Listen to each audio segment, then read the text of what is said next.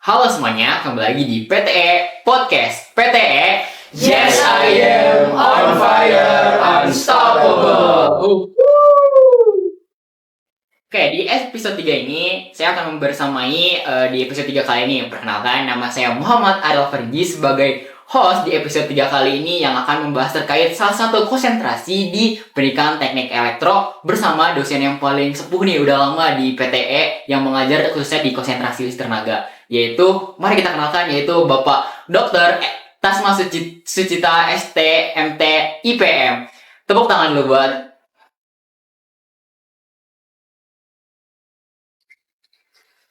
Nah, boleh Pak nih Pak, kenalin secara singkat biografi Bapak gitu di jurusan pendidikan elektro atau pengalaman Bapak gimana pendidikannya segala macam gitu Pak. Ya, terima kasih atas kesempatannya. Ini selamat ya buat Prodi PTE yang pada saat ini sudah mulai memanfaatkan teknologi medsos ya untuk mempromosikan baik lembaga maupun program studi ya. Jadi Bapak itu sebenarnya lulusan dari Prodi Pendidikan Teknik Elektro masuk tahun 85 dan lulus 90 ya.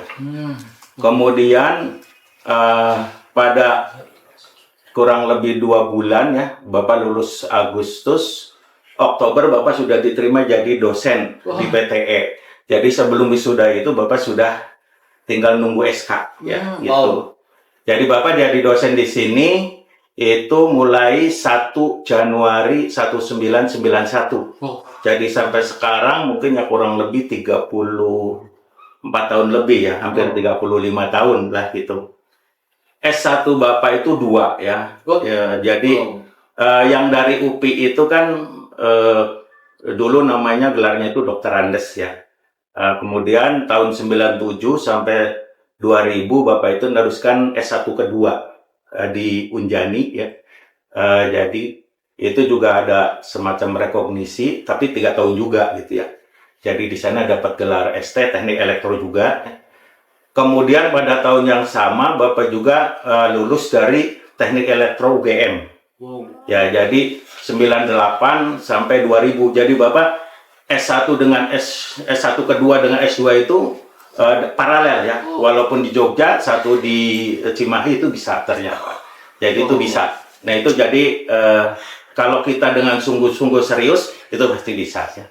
Kemudian S3 Bapak itu, nah setelah lulus S2 itu Bapak menjabat sekretaris jurusan ya, tahun 2003 sampai 2005, 2005 sampai 2007 itu ketua jurusan ya. Karena ketua jurusan itu naik wadah 2, jadi Bapak mengganti jadi sebagai ketua jurusan. Nah, 2007 sampai 2011 Bapak menjadi ketua jurusan periode yang kedua. Nah, kemudian dari situ Bapak meneruskan S3 tahun 2010 ya sampai 2015 dan jadi ketua prodi lagi.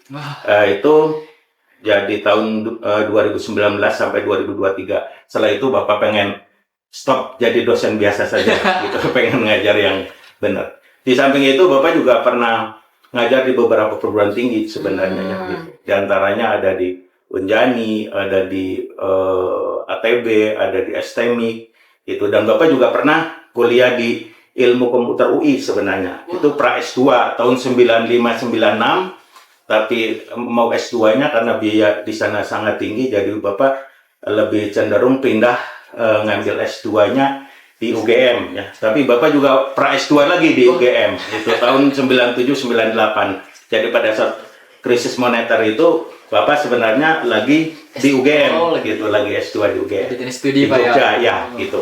Itu barangkali gambaran singkatnya tentang riwayat Bapak. Dan Bapak pernah juga menjadi ketua himpunan sebenarnya tahun 88-89 ya gitu. 88-89. Jadi sebenarnya cukup banyak lah tentang kegiatan kemahasiswaan dan organisasi di luar, dan Bapak juga pernah di industri juga, yang pernah menjabat ketua Asosiasi Profesional Elektrikal Mekanikal Indonesia di cabang Kabupaten Bandung 2 periode ya. Jadi cukup banyak lah sebenarnya. Jadi dan di kementerian Bapak terlibat dari tahun 2005 sampai 2024 ya. Dan 2024 Bapak stop semua, jadi sudah cukup capek lah gitu ya. Jadi karena pergi-pergi kemana-mana terus gitu. Wow, Ya, sangat-sangat berhidup berarti kayak hampir setengah hidup dihabiskan dengan pendidikan gitu Pak ya? Iya, pendidikan itu jadi S2 juga hampir 5 tahun, S3 5 tahun, ya jadi mungkin udah lebih dari 20 tahun Bapak mengajar pendidikan. Sangat-sangat inspiratif. Tapi perlu dicatat juga, semua itu Bapak dapat beasiswa. Wah, Jadi semuanya dapat beasiswa. Jadi dari S1 kedua juga di Unjani itu Bapak, karena diminta untuk ngajar juga ya, jadi di sana di ST kan, karena harus yang ngajar di prodi teknik murni itu harus S1 S2 teknik ya, itu jadi sebenarnya di situ makanya kita dituntut untuk mengajar, makanya itu paralel dengan S2 di UGM ya, tapi alhamdulillah pada tahun yang sama di wisuda gitu yang jadi itu. Jadi sambil ngajar sambil sekolah juga ya Pak? Kalau tugas belajar kita bebas karena dapat beasiswa juga, jadi gaji kita tetap gitu ya, dapat beasiswa, biaya hidup dari ini juga ada. Juga. Iya, jadi kuliah gratis gitu. Waktu itu udah beasiswa apa aja Pak? Yang itu kalau nggak salah dulu namanya BPPS ya, BPPS. Jadi sama dari Dikti, kalau sekarang itu apa TPSDP ya, TPSDP ya kalau sekarang. Apa yang itu yang dalam negeri kan ada yang luar negeri. LPDP ya, LPDP kalau namanya aja pindah-pindah. Dulu ada namanya itu TMPD, ada yang BPPS, ada yang LPDP ya sekarang ya, LPDP lupa. Sekarang LPDP betul. Ya, gitu. Itu barangkali gambaran. Jadi tolong yang mahasiswa sekarang itu harus semangat ya, gitu. Semangat gitu itu. Terima kasih Pak. Wah, ini sangat-sangat inspiratif sekali ya dalam background pendidikannya Pak. Kayak berarti dalam pendidikannya nggak memerlukan duit semester pun tapi dibayar juga ya Pak. Ya, itu malah bisa nabung lagi, bisa nabung gitu. Malah bisa dibayar gitu ya, Pak. Tapi kalau kesempatan sekarang mungkin ke luar negeri lebih besar, tapi zaman Bapak itu relatif sulit ya gitu, untuk relatif sulit. Kalau ke luar negeri saat itu agak sulit. Sebenarnya di ITB Bapak sudah diterima juga di teknik manajemen industri, kemudian di teknik elektro dan teknik instrumentasi dan kontrol ya. Bapak yang pada saat instrumentasi dan kontrol itu paralel duluan di UI diterimanya, dan itu semuanya beasiswa. Wow.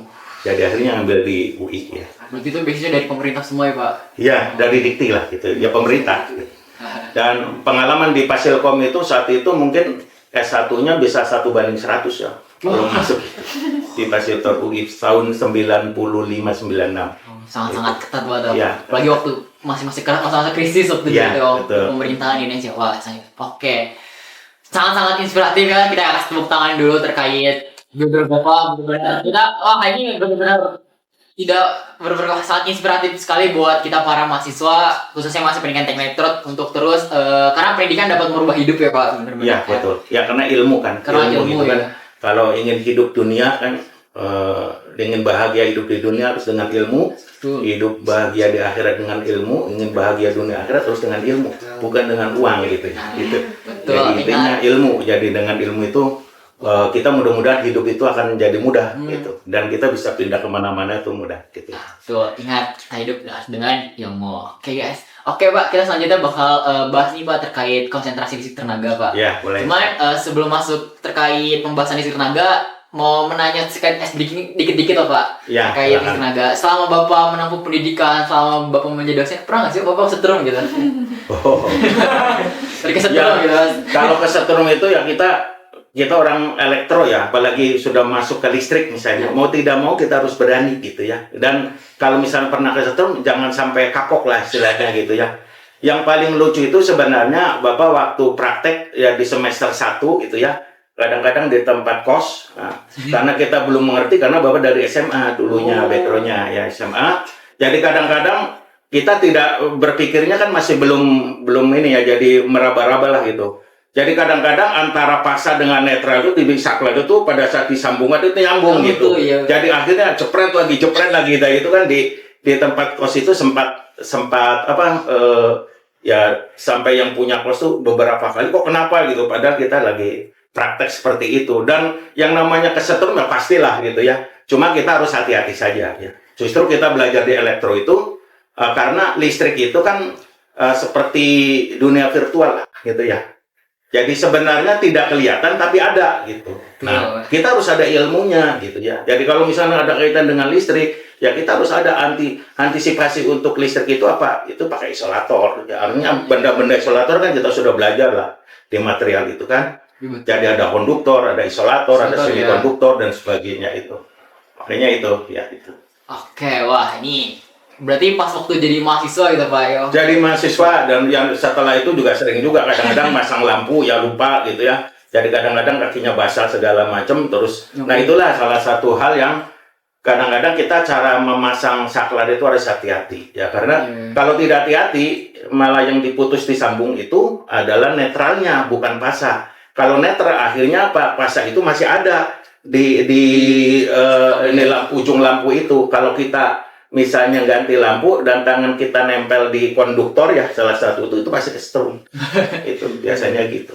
Jadi sih pas jadi dosen gitu Pak, pernah kesetrum nggak atau lagi pas ngajar gitu Pak, kesetrum gitu? Kalau biasanya kalau jadi dosen paling kegiatan-kegiatan yang di rumah ya.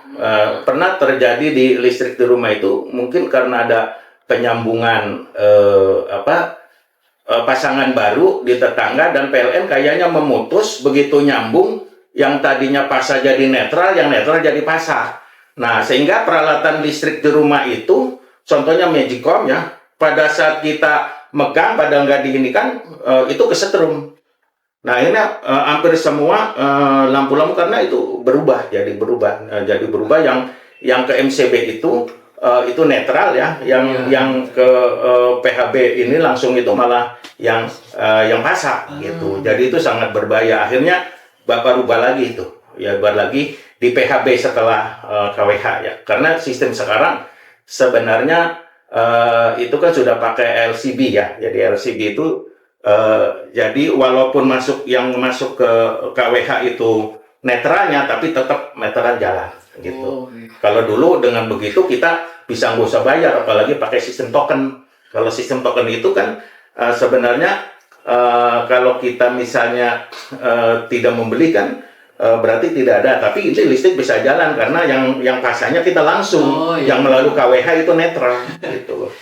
Tuh kejadian waktu di rumah juga Pak? Iya, ya banyaknya karena kalau di kampus kan relatif jarang ya, gitu, relatif jarang karena pekerjaannya kan pekerjaan rutin, tapi kalau di rumah kan misalnya ada memompa air rusak atau ada peralatan-peralatan yang rusak, Bapak biasanya langsung tangani sendiri dulu gitu, dibongkar. Berarti nggak harus panggil teknisi ya? Ya, karena ilmu kita kan harus dipakai, harus diterapkan. Elektro itu semua ilmunya dipakai dalam kehidupan sehari-hari, gitu ya, gitu. Oke, untung nggak apa-apa lah ya Pak, alhamdulillahnya ya. Ya. Dikasih contoh karena kan agak ngeri juga sih main listrik ya Pak. Iya, harus hati-hati saja kan, gitu. Ya. Jadi jangan sampai ini. Ya. Oke nih Pak, biar nggak kita asal colok nih Pak.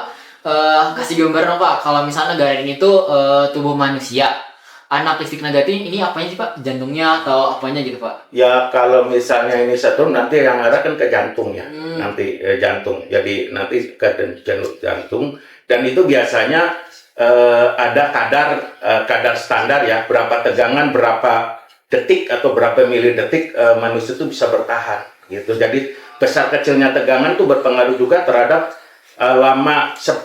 cepat lamanya seseorang dalam menerima gangguan itu. Jadi kalau melebihi dari batas itu ya bisa. Tapi kadang-kadang antara manusia yang satu dengan yang lain itu bisa berbeda-beda. Mungkin standarnya bisa dilihat tegangan berapa menit atau berapa detik gitu kan biasanya ada gitu standar. Jadi agak harus hati-hati lah Pak. Iya harus hati-hati. Kita menghadapi listrik itu ya.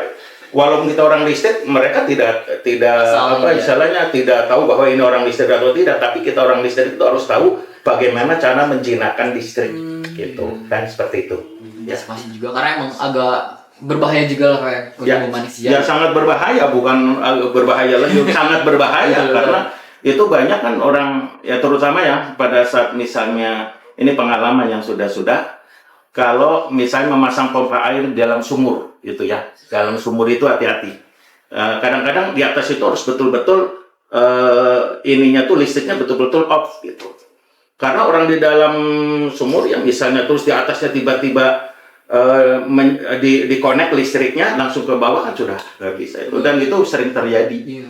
Itu yang hati-hatinya karena tempat-tempat basah atau air itu kan konduktor juga bisa mengantarkan listrik. Iya, betul sih Pak. Ya. Saya juga hampir pernah waktu itu Pak, kayak kesetrum sampai nempel gitu Pak si kabelnya. Karena emang karena efek basah juga, jadi listriknya itu emang jadinya nempel kayak gitu. Ya, itu harus hati-hati kalau kita bekerja dengan listrik di tempat yang basah, kita harus betul-betul K3 harus diperhatikan. Safety gitu ya, safety nomor 1. Jadi, karena istilahnya kan tidak ada, hidup ini tidak ada replay. Waktu itu berjalan, Nggak ada beda replay, dengan main betul. game. Ya kan? Kalau main game bisa, Mati hidup misalnya nanti lagi. ada di replay lagi, kita nggak bisa. Betul, Gitu, betul. kalau ini.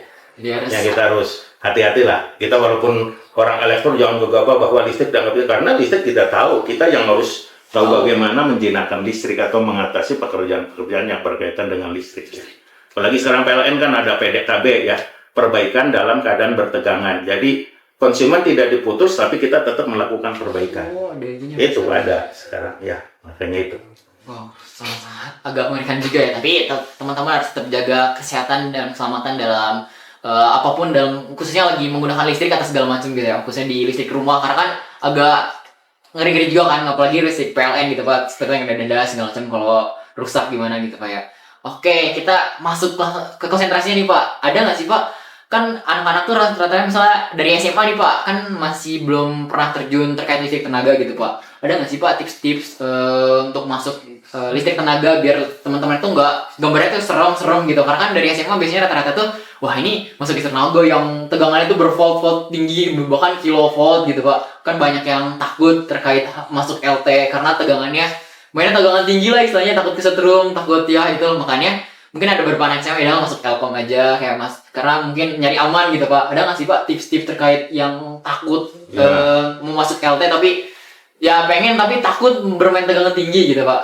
Ya seperti tadi ya, sebenarnya kan ada istilah kalau dulu tuh ada arus kuat dan arus lemah ya, walaupun sekarang ya kalau saudara sudah kerja itu sudah beda ya, dipecahnya itu jadi kita elektro, bahkan mungkin bukan nangani elektro lagi, bisa nangani AC, nangani segala macam gitu ya.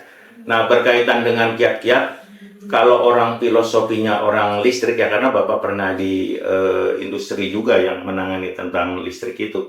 Jadi filosofi orang listrik itu, selama manusia masih melahirkan, itu pasti butuh listrik. Wah, Gitu. Jadi ya karena melahirkan, nanti kan berumah tangga, nanti buat rumah atau beli rumah kan butuh listrik. Iya, Jadi listrik tetap gitu ya. Itu pernah sebenarnya jadi krisis ya, tahun 2010-an lah, kita sempat di asosiasi AKLI ya, di AKLI itu sempat bagaimana mengatasi kesulitan itu dengan solar cell ya. Nah sebenarnya kita itu dalam ini kan nanti ada di semester berapa, semester 4 ya? Ya semester 4. Semester 4 itu nanti saudara akan dipisah. Kalau dulu memang pada zaman Bapak itu ada namanya Elkom, elektronika komunikasi ya, dengan listrik tenaga. Terus pada saat Bapak ketua jurusan itu dipecah jadi 3. Jadi namanya teknik tenaga listrik, teknik elektronika industri, dan teknik telekomunikasi. Itu lebih spesifik ya itu. Tapi karena sekarang itu kalau dari dulu zaman Bapak mungkin listrik itu nggak terlalu banyak peminat ya, jadi itu di bawah 10 lah dari 60-70. Tapi kesini ternyata kan kebalik ya, malah listrik itu lebih banyak, dan prospek listrik itu ya jangan banyak lah gitu. Sebenarnya dalam kehidupan sehari-hari kita pasti bagaimana mengolah listrik itu bisa hemat. Nah kita dengan menghemat saja itu sama dengan kita menabung ya, atau bekerja yang menghasilkan uang yang bayar untuk listrik kan, seolah begitu. Jadi waktu zaman Bapak itu kan berubah jadi 3 ya, tapi karena saat ini kecenderungan di telekomunikasi ini peminatnya sedikit ya, bahkan hampir tidak ada dikatakan, akhirnya dan ditambah juga dosen kita, bayangan 30 dosen, S1-nya prodinya 4, dan kemudian ada S2-nya itu ya paskanya kan ada 2 ya, profesi insinyur sama pendidikan teknologi kejuruan. Sehingga nah ketua prodinya kan dari elektro juga gitu ya, dari di pasca itu jadi habis gitu ya, jadi habis, dosen itu makin habis, sehingga prodi sepakat ya dengan konsentrasi elektronika teknik elektronika industri dengan telekomunikasi dilebur jadi kembali lagi ke dulu. Jadi Elkom namanya ya, bukan Telkom. Jadi kalau kemarin kan Telkom, Elin dan listrik ya gitu, LT. Nah kalau sekarang namanya Elkom, elektronika komunikasi.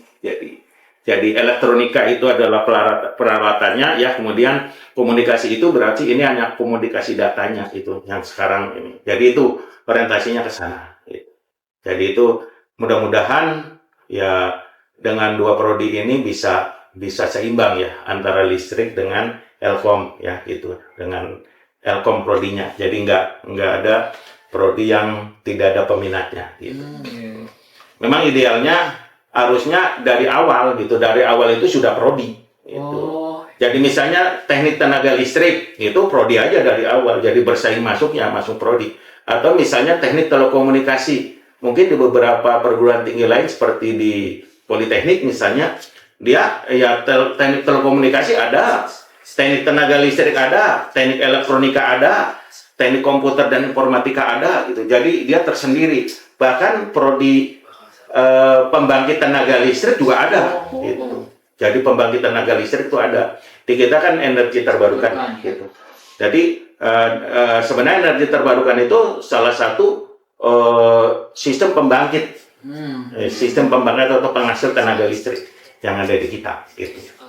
Ya, mungkin itu seperti Siap, itu. Bapak. Terima kasih. Itu teman-teman yang masuk LT nih, yang khususnya dari SMA mungkin masih agak takut-takut, ragu-ragu. Ya, gitu, Bapak Pak. juga sama dari SMA ya dulunya gitu. Tapi selama kita belajar dengan sungguh-sungguh dan serius ya, seharusnya sekarang fasilitas di lab itu kita sekarang jauh lebih bagus dan lebih lengkap sebenarnya. Hanya fasilitasnya saja yang hanya pelaksananya saja, tenaganya ya kurang, toolman juga kita sangat kurang gitu ya gitu.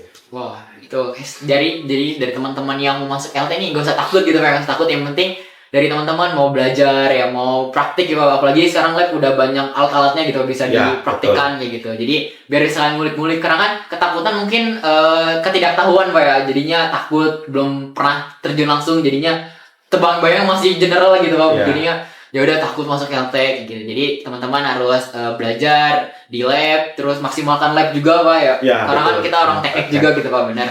Nah, pertanyaan selanjutnya nih, Pak, terkait di konstelasi listrik tenaga. Kita kan tahu nih, Pak, kita kan yang sekedar pemakai doang, para konsumen listrik aja, Pak. Ada nggak sih, Pak, ceritain sedikit bahwa kayak listrik tuh berawal kan misalnya ada yang dari gunung terus biasa sampai ngecas ke HP itu gimana sih, Pak, sistemnya gitu? Oh ya, gitu. jadi Karena kita hanya konsumen doang, kayak kita hanya menggunakan HP gitu, colok, cuman kita nggak tahu nih asal dari mana, listriknya dari mana, awalnya kayak gini, apa dari energi fosil atau apa, kita nggak tahu, Pak. Bisa nggak sih, Pak? Saya dikit-dikit aja gitu.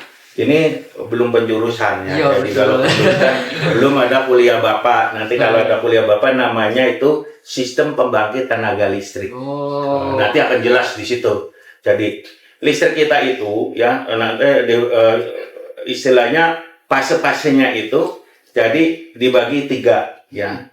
Ada pembangkitan, ada transmisi, ada distribusi gitu. Nanti pembangkit ini kita macam-macam, ada PLTA, ada PLTU, atau ada PLTPB, gitu, geothermal ya, gitu panas bumi, ada PLTD, ada PLTG gas, atau ada PLTGU.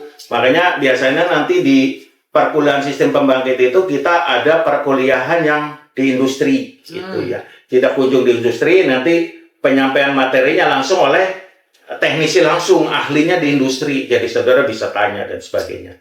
Itu pembangkit jadi macam-macam, termasuk yang salah satu sekarang tuh EBT, energi baru terbarukan ya. Itu tapi energi baru dan terbarukan itu banyakan sekarang itu kan mikrohidronya gitu ya, kemudian solar cell ya, itu sekarang ada biomasa ya, biomasa itu. Dan itu Bapak di kementerian nangani itu juga, tapi untuk SMK itu ya, dulu sempat itu 2 atau 3 tahun lah gitu. Jadi untuk guru-guru SMK bagian EBT itu penangannya ada yang dari Makassar, ada yang dari Jawa Timur, yang kalau yang berkaitan dengan ini pernah juga dari SMK 1 Cimahi, ya SMK, biasanya SMK SK favorit lah, ya dari guru yang diambil itu. Itu pembangkit ya. Kemudian ada transmisi. Nah, nanti transmisi itu saudara bisa lihat transmisi biasanya ada di sekitar di luar kota, itu ya, luar kota. Di luar kota, kalau di dalam kota itu biasanya distribusi. Ya. Transmisi itu nanti ada dua kelompok. Ada transmisi tegangan tinggi, ya itu tegangan tinggi. Nanti kalau saudara misalnya ke arah Pengalengan, ke arah Cianjur, atau ke arah Sumedang, itu ada itu transmisi tegangan tinggi, itu tegangannya 70 kV dan 150 kV. Kemudian ada lagi di transmisi itu namanya tegangan ekstra tinggi. Itu yang 500 kV. Nah, kalau sekarang misalnya kalau di jalan raya mah itu kayak jalan tolnya lah. Ekstra tinggi itu ada di kita itu Jamali, Jawa, Madura, Bali. Nah, itu jadi itu yang bisa dilalui, nanti mengambil dayanya itu bisa mensuplai, bisa mengambil dari situ. Jawa, Madura, Bali itu yang transmisi 500 kV. Ya. Kalau ke arah Cianjur pasti ada, ke arah Sumedang kalau saudara lihat di tol Cisumdawu ya pasti ada itu ekstra tinggi. Yang sekarang ada di KM berapa itu yang lagi ada longsor, itu kan ada salah satunya saluran transmisi tegangan ekstra tinggi 500 kV gitu. Itu yang transmisi. Satu lagi itu distribusi. Distribusi itu ada dua, ada distribusi primer, ada distribusi sekunder. Yang primer itu tegangannya ada yang 6 kV, ada yang 20 kV. Nah, Kota Bandung rata-rata ini di 20 kV dan bawa tanah ya, kabel.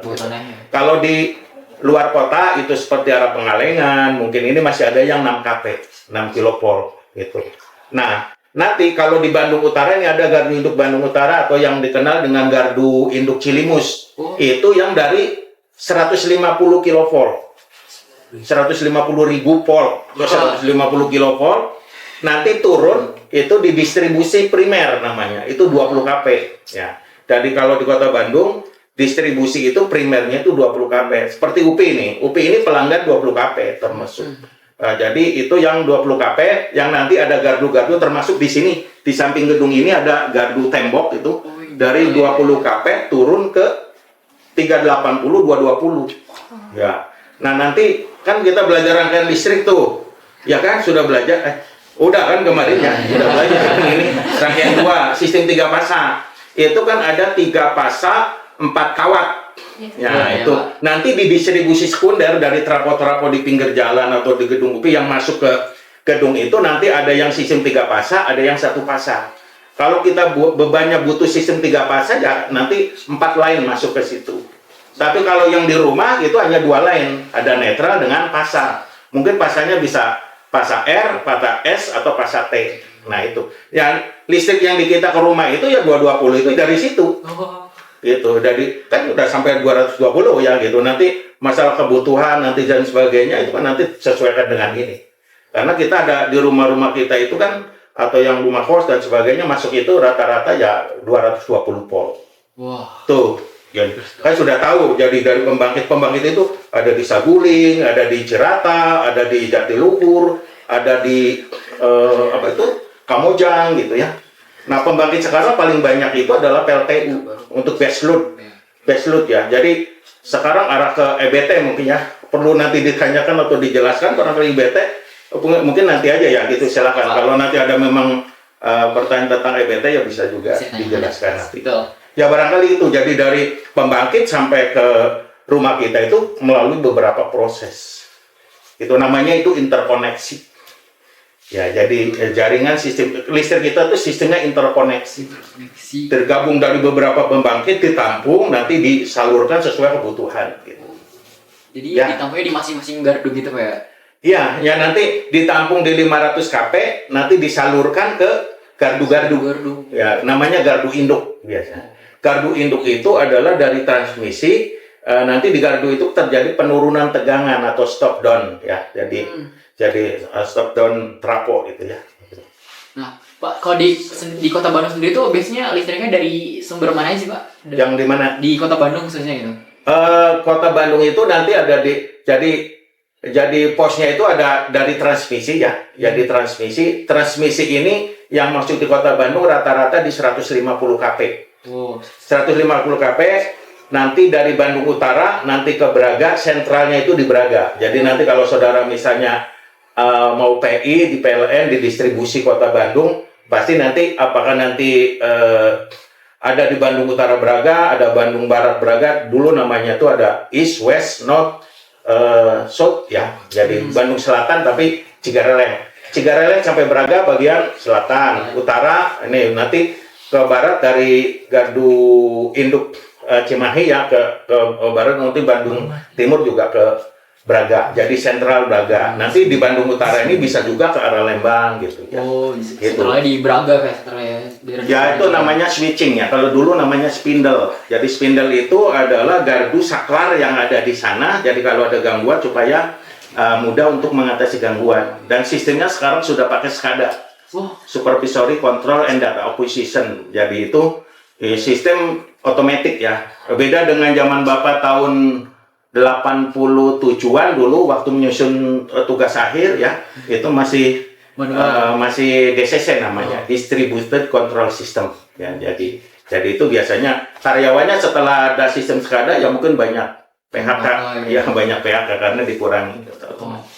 nah sekarang pembangkit yang ramah lingkungan, pembangkit apa sih Pak? Yang transmisi apa gitu Pak? Sekarang tuh Nah kalau yang diinikan pemerintah ini kan sekarang memang EBT ya, energi baru terbarukan. Nah sebenarnya kayak PLTA itu salah satu mungkin EBT ya, kapasitas besar, tapi biasanya untuk mikrohidro ya. Dan memang pembangkit kita, listrik kita itu sempat krisis ya, tapi setelah ada dibangun PLTU dengan bahan bakar batu bara, akhirnya itu bisa teratasi dengan program waktu itu Presiden Jokowi yang 35.000 megawatt ya gitu. Sehingga PLTU itu satu unit bisa 1.000 megawatt. Wah. Yang salah satunya mungkin ada di Cirebon Power ya, misalnya itu unit 2-nya 1.000, Suryalaya itu unit 8, 9, 10 kalau nggak salah itu masing-masing 1.000 megawatt ya. Jadi itu jadi satu unit, satu turbin, satu generator 1.000 megawatt. Kalau yang Saguling saja itu mungkin ada beberapa unit ya, itu mungkin totalnya nggak nyampe 1.000 megawatt. Kalau Cirata kurang lebih 1.000 megawatt yang ada 6 atau 5 atau 6 unit gitu ya, 1.000 megawatt. Jadi kalau Jatiluhur itu kecil ya. Jadi karena Jatiluhur itu fungsinya untuk pengairan. Itu jadi namanya unit Jasa Tirta ya kalau di Jatiluhur. Kalau di Cirata itu PJB, Pembangkitan Jawa Bali, tapi kalau Saguling sama Kamojang itu Indonesia Power. Dan banyak alumni kita yang kerja di sana. Di Indonesia Power, jadi biasanya kita banyak lah, hampir seluruh Indonesia tuh alumni kita ada. Wah. Ada gitu ya. Dari PTE itu Pak? Iya dari PT ada, yang dari TE ada, dan dulu mah banyak juga dari D3. Oh iya. Dari D3, ya D3. Jadi nggak apa-apa saudara ikut saja nanti ini kan, itu biasanya. Itu rekrutmen langsung dan ya sekarang sudah banyak yang jadi manajer gitu ya. Manajer ya level distribusi lah gitu ya. Kabupaten lah gitu ya. Gitu. Wah, benar ini.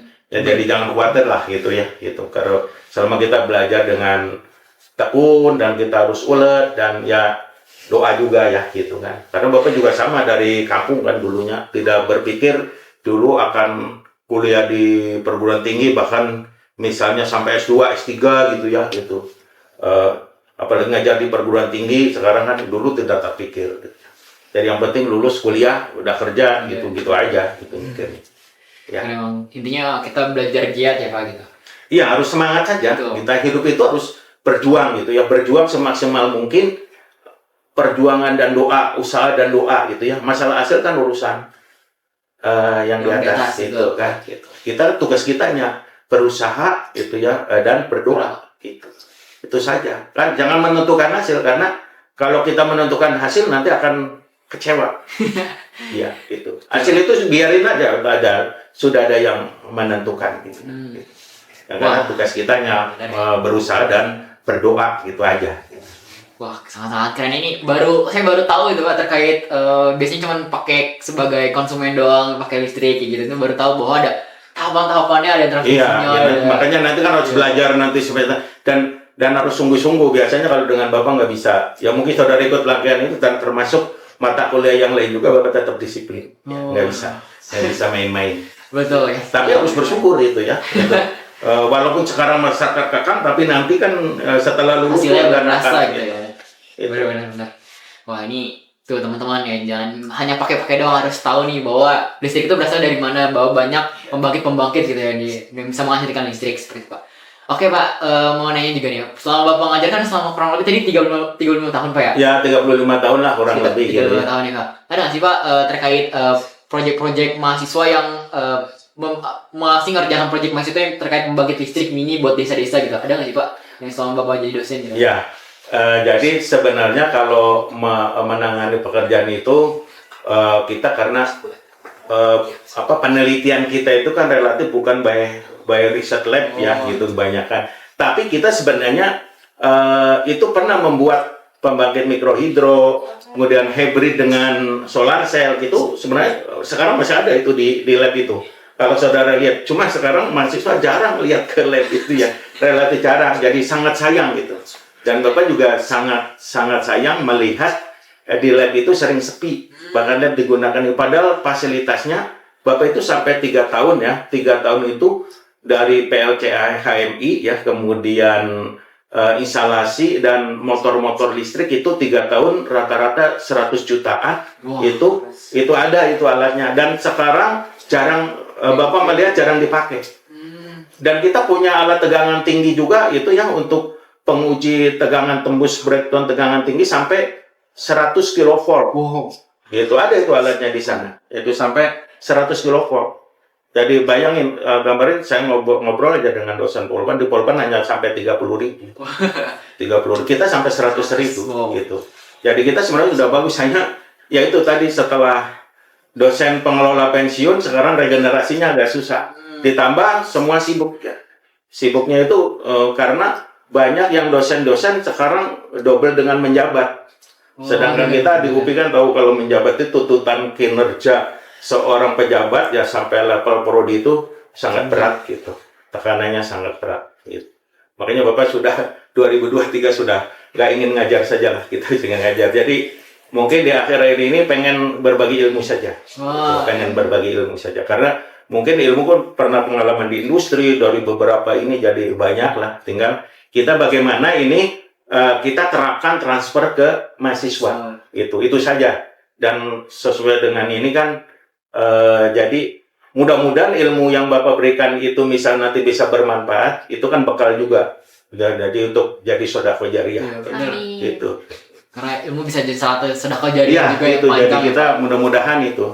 Bapak tidak pernah memaksa dan galak ya, tapi pokoknya disiplin aja. Disiplin, yang mau disiplin silakan, kalau enggak juga ya resikonya nanti sendiri gitu, ada sendiri gitu. Ya. Wah, benar-benar kayak wah ini kayak ternyata sebagus ini di konsentrasi LT, ternyata banyak proses-proses kerja yang bagus gitu ya terkait di LT. Apalagi khususnya kita punya alat yang tadi sampai 100 kilo ya? 100 ribu volt. Jadi 100 kilovolt. Itu bisa sampai tegangan transmisi karena transmisi di PLN kan ada yang 70, ada yang 150. Memang kalau yang tertinggi itu ya kayaknya di Indonesia sampai 1.200 itu di Gajah Mada. Gitu. Gajah Mada sampai 1.200. Itu pada per alat itu datang pada saat Bapak S2 ya. Pada S2. Itu kayaknya paling tinggi gitu. Yang tegangan breakdown-nya sampai 1,2 megavolt ya gitu ya. Jadi 1.200 kilovolt atau 12 juta volt gitu dia 1.200.000 volt gitu ya. Wah, gimana ini? Itu terkait alatnya yang di lab yang sebelah pojok itu Pak ya? Ya, yang sekarang pojok itu kan kalau saudara misalnya ada isolator ya, terus diuji tegangan breakdown-nya, nanti akan sampai terjadi trip, itu akan merekam dia gitu. Jadi nanti berapa nih tegangan tembus. Jadi kita sebenarnya bisa menguji peralatan isolator ya, kalau dulu bisa diuji, kita menyimpan isolator misalnya di daerah pantai, kemudian daerah pegunungan, kemudian di daerah yang tropis biasa. Nanti diuji setelah 1 minggu bagaimana tingkat polutan. Nanti kan biasanya di pantai kan akan lebih cepat breakdown-nya, gitu, akan lebih tegangan tembusnya tepat ini. Jadi nanti bagaimana mengantisipasi dan sebagainya. Wah, benar-benar. Jadi itu bisa digunakan untuk itu. Oh, soalnya karena emang mungkin regenerasinya supaya benar-benar yang ya, terkait. Jadi sebenarnya alat kita cukup bagus lah, itu banyak ya. Cuma ya belum termanfaatkan dengan Ya, baik karena di samping toolman kita juga sangat minim ya gitu. Kadang-kadang satu toolman menangani 3-4 lab gitu. Harusnya satu toolman bisa satu lab bisa 1-2 toolman gitu ya. Kalau satu toolman enggak. Nah itu sebenarnya masukan juga buat pemimpin yang ada di UPI itu, tolong perhatikan gitu ya untuk proses pembelajaran supaya jadi skill mahasiswa itu setelah lulus itu betul-betul mempunyai skill yang diharapkan dari dunia industri gitu ya. Jadi itu di lapangan.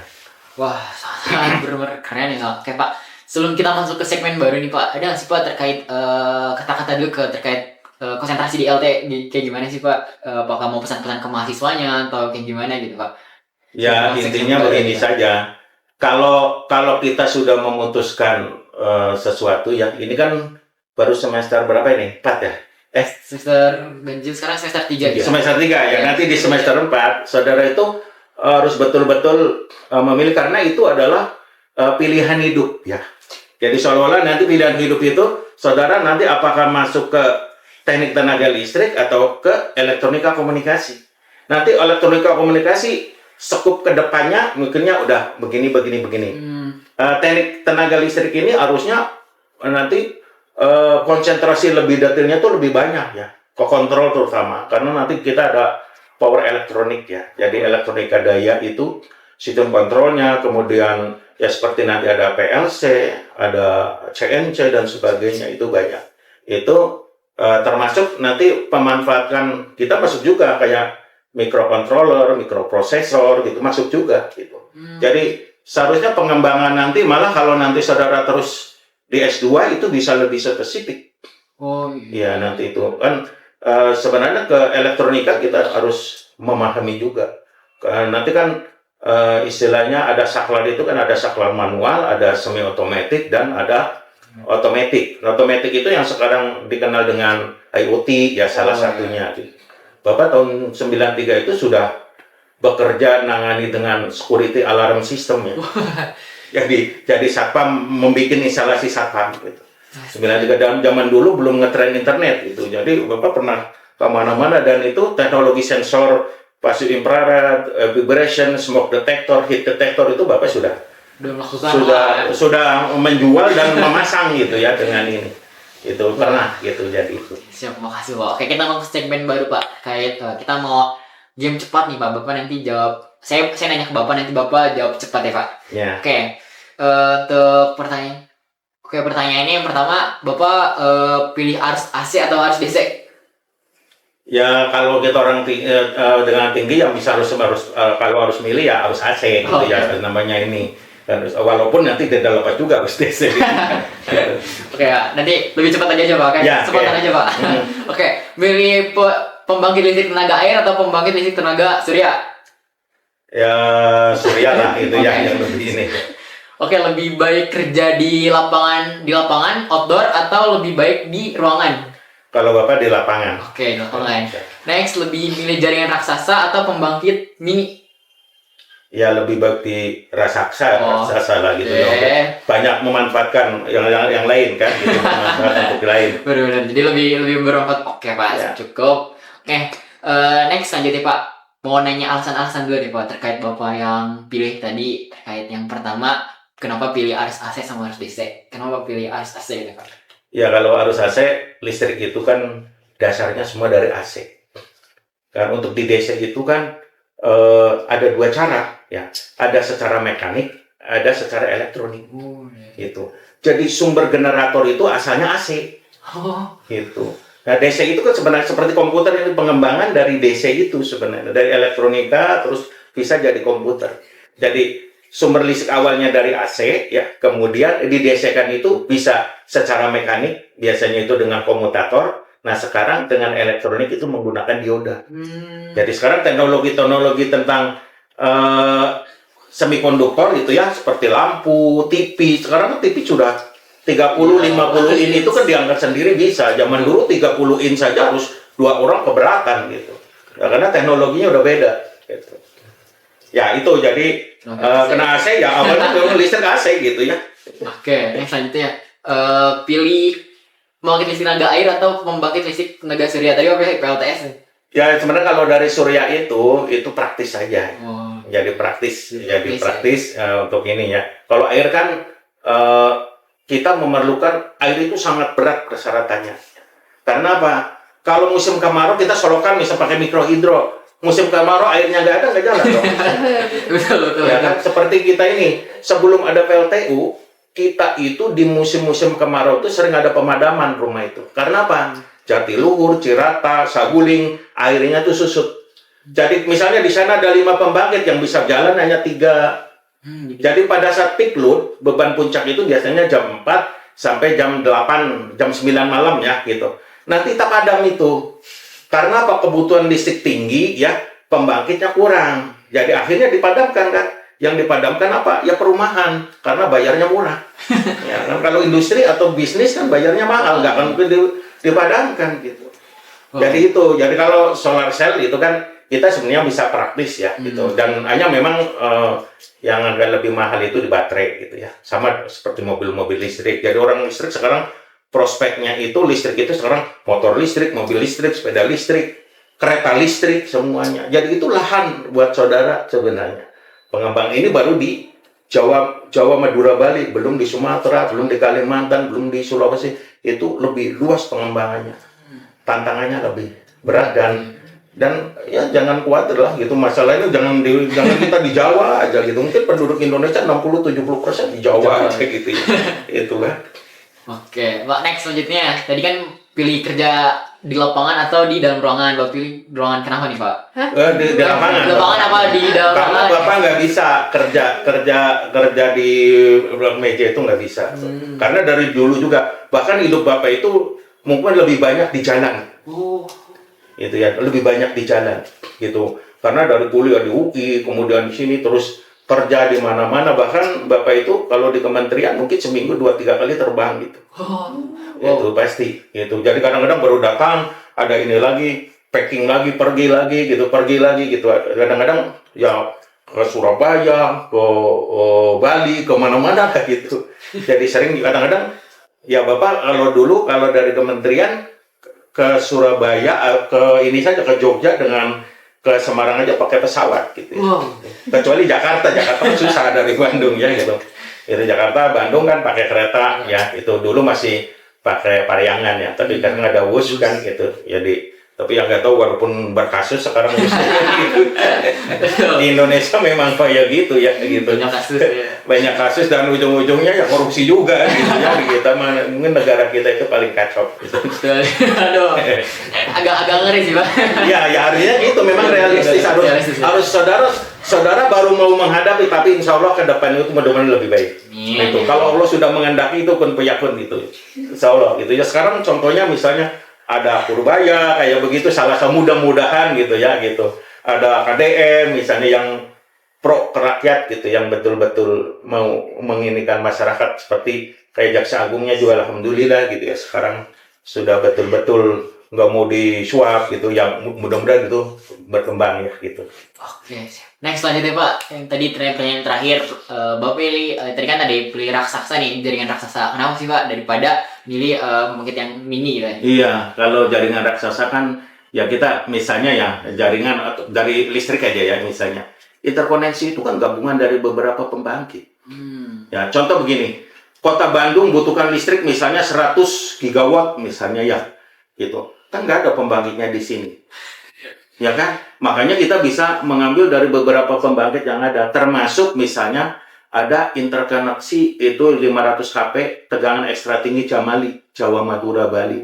Jadi kalau misalnya di Jawa Tengah ini bebannya tinggi, pembangkitnya sedikit, kita bisa kirim dari Jawa Barat. Jadi sebenarnya dari Jawa Barat pembangkit banyak, misal pemakaian masih lebih, bisa kirim. Atau sebaliknya Jawa Barat ini misalnya banyak gangguan ini, bebannya banyak, listrik dibangkitnya sedikit, kita bisa minta juga. Itu kan ada ya di Python, hanya memang sekarang lebih banyak PLTU ya. Jadi mungkin hampir 60-70% base load listrik yang ada di Jamali itu adalah PLTU. Sehingga kalau nanti ini PLTU ini sudah dilarang, yaitu kalau EBT kan agak susah. Energi baru terbarukan itu kan paling besar saja di Cirata PLTS itu ya kurang lebih 200 megawatt peak ya. Itu terbesar se-Asia Tenggara. Tapi sekarang kan mungkin pemerintah Saudi Arabia katanya mau mengembangkan itu. Tapi kan 200 megawatt saja kan itu terbesar. Sedangkan kita pembangkit PLTU satu itu bisa 1000 megawatt satu pembangkit. Satu turbin, satu pembangkit. Satu turbin, satu generator. Gede banget ya. Iya gitu. Nah, tapi kan bahan bakarnya memang batu bara. Nah, kalau batu bara habis ini ya, kalau Bapak sih lebih cenderung akan zero emission itu adalah nuklir. Itu nuklir. Dan nuklir di kita itu besar ya, mungkin tidak akan habis katanya dari peneliti asing 300 tahun lebih nggak akan habis nuklir di Indonesia. Nah bahkan uranium itu ada lebih tinggi lagi, thorium yang lebih aman lagi. Itu untuk nuklir. Wah. Jadi itu sebenarnya kedepannya jangan khawatir lah. Cuma itu saja pengelolaannya jangan dikorupsi gitu aja. Karena emang biasanya dari sistem pengelolaan sih yang agak Ya manajemen gitu. Kita tuh di mana di dunia ini yang alamnya paling kaya di dunia? Gak ada selainnya. Cuma manusianya yang serakah. Karena emang Indonesia bener-bener alam di sumber energinya tuh bener-bener kayak banyak banget, cuman emang dari sistem pengelolaannya sih Pak yang emang kurang. Iya, kita kan semuanya ada. Iya. Kita dari batu bara, emas, tembaga, sampai timah, sampai minyak, gas semua ada. Singapura itu semuanya kan dari kita. Betul. Malaysia sendiri. Dan ternyata kita kan jahat juga kayak model minyak itu.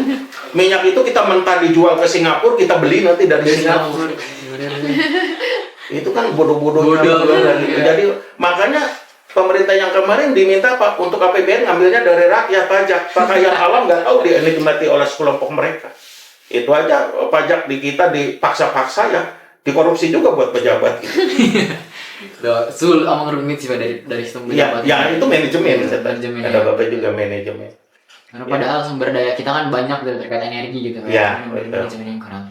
Oke Pak, tadi kan Bapak udah sempat cerita-cerita nih Pak terkait perjalanan Bapak sebagai pernah jadi kapolri juga, terus jadi ketua yang terkait di komunitas atau forum-forum gitu ya Pak. Nah, ada nggak sih Pak pesan-pesan buat anak teknik tenaga listrik khususnya yang ngambil konsentrasi ini nantinya bukan hanya sekedar pintar di listrik tenaga, cuman dia tuh juga amanah gitu Pak terkait tanggung jawabnya sebagai insinyur gitu Pak. Pesan-pesan. Ya, nanti kan jadi begini ya. Mungkin ilmu atau IP yang saudara peroleh itu kan sekarang bukan syarat utama ya. Artinya buat syarat utama, walaupun itu merupakan salah satu syarat gitu ya. Tapi yang paling penting soft skill dan attitude ya gitu. Jadi untuk mengatasi kita ke lapangan nanti kuliah itu kan semacam di grounding, kita dikasih bekal dengan berbagai macam yang nanti dilepas itu masuk ke dunia nyata ya, apakah di masyarakat, apa di industri, itu kan kita akan ya di sana diuji ya, diuji yang ujian hidup yang sesungguhnya nanti setelah di lapangan itu. Makanya kita harus betul-betul menyiapkan juga, kita menyiapkan diri.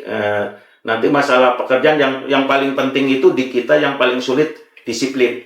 Ya, makanya waktu mau ke sini Bapak bilang on time ya, gitu. Saya bilang gitu karena Bapak harus begitu on time dan ngajar segala macam juga Bapak diusahakan untuk on time gitu. Jadi makanya kalaupun tidak bisa ya kita ada cara lain atau mengganti gitu ya. Itu disiplin dan kerja keras yang tadi itu. Dan kita jangan lupa juga attitude ya, sikap ya karena kita orang pendidikan itu ada kognitif, afektif dan psikomotor itu. Ya kan ada kognitif itu ada pengetahuan. Pengetahuan itu adalah teori-teori segala macam yang tingkat analisisnya kan ini. Afektif itu sikap. Kita walaupun IP-nya 4,5 misalnya gitu. Ya kan? Misalnya walaupun summa cum laude tapi attitude kita ini nggak akan terpakai. Itu, yang gitu. Kemudian psikomotor. Nah, ini yang kita orang teknik itu. Bapak dulu dari SMA lulus itu kuliah tuh nggak mau ke ilmu murni. Jadi pokoknya kalau enggak ke teknik aplikasi itu misal ke dokteran atau ke teknik. Gitu. Bapak itu dulu mikirnya begitu. Cuma mikirnya kedokteran itu kan kaitannya dengan nyawa gitu ya awalnya gitu. Oh ini bahaya gitu. Akhirnya Bapak milih teknik. Padahal teknik juga berbahaya juga ya. Kalau terjadi konser kebakaran satu gedung meninggal semua kan itu juga. Lebih berbahaya. Gitu. Nah sekarang itu instalasi juga hati-hati juga. Karena kita kadang-kadang ya maaf karena Bapak juga pernah praktisi instalator juga gitu ya itu. Jadi di kita itu yang penting asal ada, asal jadi. Jadi standar ada, misalnya tulisan SNI, ya ada tulisan SNI padahal itu tidak standar. Di kita itu semuanya bisa dibeli, itulah negara kita. Itu harus tahu juga. Nah kita jangan lakukan itu, saudara, generasi penerus ke depan itu jangan lakukan itu. Makanya Bapak juga ya pada saat di lapangan segala macam harus begitu, harus komitmen dengan itu. Jangan hanya mengambil keuntungan sesaat ya, atau ini kalau uang itu berapapun juga, apalagi diperoleh dengan tidak baik, itu hasilnya nggak akan benar. Gitu, tidak barokah lah istilahnya gitu ya. Makanya kita harus pikirkan nanti ke depannya itu bagaimana gitu. Jadi kita harus berpikir ke depannya itu nanti bagaimana, jangan bagaimana nanti gitu kan. Gitu. Jadi itu barangkali yang harus diperhatikan gitu ya. Gitu. Pak, terima kasih Pak. Tadi mau tekanin lagi bahwa kita harus utamain etika sama attitude Pak ya. Iya, betul. Tanggung jawab dari apa yang kita lakukan nantinya kayak gitu. Terus juga terkait juga beramanah, terkait tanggung jawab. Ya. Jika udah melakukannya ya harus amanah, harus melakukan live kayak gitu. Dan paling utama adalah etika dan attitude teman-teman dalam melakukan segala aktivitas kayak gitu. Betul. Nilai mah bisa gampang secara hanya ini aja administrasi lah Pak ya. Ya, kalau skill kan nanti di lapangan kita belajar asal mau sungguh-sungguh. Dan ini satu lagi, kemarin Bapak dapat informasi ada alumni PTE ya angkatan 2016 itu diterima di PLN ya, di konstruksi gitu ya di Jakarta Selatan. Itu jadi chat ke Bapak terus nanya gini-gini dan tanya tentang bagaimana di beberapa pembangkit ya Bapak jelaskan termasuk cari relasi yang di beberapa PLN yang ada alumni biar mereka bisa saling komunikasikan, silakan saja. Itu kan lebih bagus kita memberi informasi. Itu ada juga alumni PTE. Wah. Dan PTE itu banyak juga yang melanjutkan S2, S3 loh. Sekarang di Polban saja ada 2 yang alumni PTE yang jadi dosen di sana. Sekarang lagi S3 di Jepang, satu ya. Yang ini kalau pulang, yang satunya ini bisa S3 lagi ke Jepang. Itu jadi ternyata lebih banyak yang berhasil, termasuk yang baru lulus kemarin kan langsung ke Cina, ke Taiwan ya. Ya. Taiwan kedua itu si Irgi sama Rizal ya. Rizal kan 2021 ya, Irgi 2020 kalau misalnya. Itu banyak itu. Dan kita ya bangga lah alumni. Jadi jangan pesimis, yang penting betul-betul serius gitu ya. Jangan takut ya buat Iya, jangan takut lah gitu. Karena kesempatan pasti ada gitu Pak, ini jangan takut. Oke Pak, ini lanjut ke pertanyaan selanjutnya ini dari netizen Pak. Kan di Indonesia sekarang lagi gempar-gemparnya terkait penggunaan kompor listrik, mobil listrik gitu Pak. Nah, menurut Bapak seberapa siap sih lulusan kita dalam menghadapi tantangan tersebut gitu Pak? Ya sebenarnya kalau mobil listrik, motor listrik itu atau kompor listrik atau peralatan serba listrik ya kita itu akan lebih intinya sama aja lah, pengubahan dari listrik menjadi panas, menjadi gerak gitu ya, kayak gitu aja. Jadi proses intinya saja. Nanti kalau misalnya saudara di sana adaptasi sebentar ya bisa.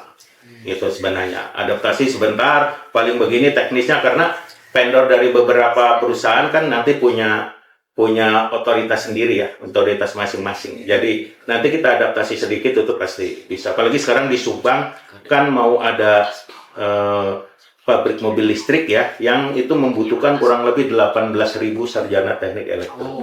Gitu, jadi itu. Tuh. Jadi banyak sekarang, jadi kesempatan. Ya mudah-mudahan regulasi pemerintah, birokrasi itu betul-betul benar gitu ya. Benar dalam arti ya sesuai dengan regulasi, jangan program jangka imah gitu ya. Banyaknya program jangka imah gitu ya. Pimpinan-pimpinan kita korupsi dan yang mementingkan kelompok. Jadi insya Allah nanti ke depan itu kita akan bisa negara yang betul-betul maju dan adil dan makmur lah insya Allah. Gitu. Betul-betul adil dan makmur. Wah. Ya gitu. Jadi lulusan kita pasti siap, cuma harus beradaptasi lah dikit. Iya tetap gitu kan, kita harus menyesuaikan dengan iklim. Makanya nanti pada saat praktek industri itu saudara harus betul-betul dimanfaatkan ya gitu, karena itu belajar kerja di industri. Nama praktek industri sama dengan magang di SMK atau di sekolah ya. Itu kan bagaimana kita memposisikan diri sebagai guru gitu ya. Bukan hanya ngajar aja gitu. Jadi guru itu kan bisa macam-macam, bisa mendidik, bisa bagaimana sebagai konsultan kayak BK ya, misalnya itu bisa juga. segalanya gitu ya. Iya, emang gitu. Oke, udah pertanyaan kita udah habis nih Pak. Gokil banget kan dari teman-teman atas pembahasan hari ini, banyak saya juga dapat pengalaman dan pengetahuan yang kayak baru tahu gitu Pak, dari ternyata emang seluas gitu kayak di listrik tenaga itu banyak prospeknya juga luas juga ya Pak. Cuman tergantung kitanya mau berkembang atau enggak, kita mau belajar atau enggak gitu Pak. Dan jangan lupa mementingkan attitude dan etika. Ya betul, disiplin juga ya. Betul. Nah, disiplin Disiplin waktu. on time gitu ya, betul. Kita kerja keras gitu. Itu modal utama gitu. Karena hal kecil bisa berpengaruh ke depannya gitu ya. Iya. Jangan mikirin nanti gimana tapi bagaimana nanti gitu. Siap. Oke Bapak, kata-kata ini gokil banget ya. Anak-anak LT ini sebagai pahlawan, istilahnya kayak pahlawan tanpa tanda jasa gitu Pak. Kayak anak-anak listrik tenaga tuh yang para insinyur yang berperan dalam listrik kita tuh kayak sebagai pahlawan. Karena kalau misalnya nggak ada mereka tuh emang kita tuh dunia itu bakal gelap, bakal suram. Karena apalagi sekarang udah HP, semua serba digital, segala kayak gitu. Makanya anak-anak listrik itu benar-benar pahlawan yang tanpa jasa, harus ada jasa sih. Ya itu ibaratnya guru ya. Guru ya. Guru itu pahlawan tanpa tanda jasa. Ya. Itu makanya ada kata-kata guru beban negara gitu. Itu sebenarnya sangatnya. Padahal maju mundurnya negara itu adalah dari pendidikan. Kita sangat tertinggal itu, pendidikan kita tuh sangat jauh di Indonesia lah, bukan di kita saja, di Indonesia itu. Karena memang perhatian negaranya sangat minim gitu ya. Gitu. Ya, negaranya dari para petinggi-petingginya mikir hanya bagian kelompok-kelompoknya aja ya Pak ya. Oke Bapak, pertanyaannya sudah habis. Harapan Bapak nih sebelum kita mau closing dalam podcast hari ini, harapan Bapak untuk khususnya para anak-anak, para mahasiswa di khususnya mahasiswa PTE atau mahasiswa khusus di listrik tenaga, harapan Bapak tuh ke depannya gimana sih untuk para mahasiswa PTE gitu Pak? Ya kalau Bapak sih berpesan ya, pertama saudara harus bekerja keras ya, bekerja keras itu. Kita ada perkuliahan, tolong manfaatkan perkuliahan itu dengan sebaik-baiknya gitu. Dan kita punya fasilitas praktek dan itu manfaatkan juga gitu ya. Jadi masalah hasil itu yang tadi kan Bapak katakan, kita diwajibkan hanya berusaha dan berdoa juga jangan lupa ya. Itu karena kekuatannya sama 50-50. Jadi kerja keras, kemudian disiplin, ya, manfaatkan waktu semaksimal mungkin, ya, itu. Jadi nanti kedepannya juga diusahakan, yaitu usahakan nanti termasuk pengalaman organisasi juga perlu, ya, karena nanti kita itu bermasyarakat, ya. Mungkin nanti apakah jadi guru atau bukan hanya guru saja, sebenarnya bisa juga jadi instruktur di lembaga diklat, ya, itu di industri, gitu. Bisa juga nanti itu kan kita bekerja di industri gitu ya, di industri. Jadi diusahakan kita tuh disiplin dan salah satu modal organisasi itu ya minimal ya cara memanage gitu. Bagaimana menyusun administrasi gitu ya. Itu kita pernah mengalami. Jadi bukan hanya kita hanya sekedar kegiatan hura-huranya saja, tapi pelajari itu. Karena untuk menjadi pemimpin itu kita perlu banyak bekal gitu ya. Dan pesan yang terakhir yaitu tidak ada kebahagiaan yang hakiki itu tanpa perjuangan dan pengorbanan gitu. Jadi itu yang paling Bapak pesan, kita harus berusaha dan berdoa semaksimal mungkin. Hasil itu ada yang sudah menentukan. Jadi itu saja barangkali. Terima kasih gitu. Wah. Tepuk tangan ya materi hari ini. Wah, ini gokil banget ya, bener-bener kayak wah, sangat-sangat bermanfaat buat kita para mahasiswa. Bapak, semoga kita para mahasiswa bisa maksimalkan lab, khususnya apalagi kita anak teknik, benar-benar kita maksimalkan lab gitu Pak. Cuman ya itu harus diiringi dengan organisasi, karena kita harus juga manage suatu, kalau kita mau jadi pemimpin kita harus bisa berani manage sesuatu gitu. Jadi jangan hanya sekedar akademik doang, tapi harus diiringi juga organisasi, karena kita makhluk sosial yang harus terjun ke masyarakat. Karena terdapat perguruan tinggi ya, kita harus pengabdian ke masyarakat juga teman-teman. Oke Bapak, terima kasih untuk sudah datang di podcast hari ini. Buat Sobat Elektro, terima kasih sudah ngikutin perjalanan kita dari episode 1 sampai tuntas, sampai dengan penjurusan di listrik tenaga ini. Oke, jangan lupa follow PTE Podcast dan nantikan keseruan di topik selanjutnya di minggu depan. PTE, Yes I am on fire, unstoppable.